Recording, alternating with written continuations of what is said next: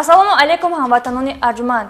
ба диққати шумо нашри навбатии барномаи иттилоотии криминалии ахбори вазорати корҳои дохилӣ тақдим аз телевизиони Тоҷикистон.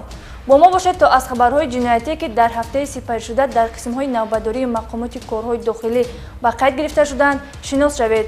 дар студия бо шумо Моҳрухсор Таваллузода. имрӯз дар барнома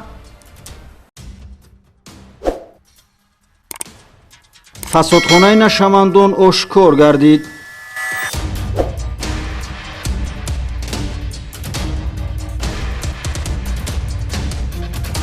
ҳадафи нашаҷалоб барбод дода шуд. мусодираи зиёда аз 6 килограмм метамфетамин.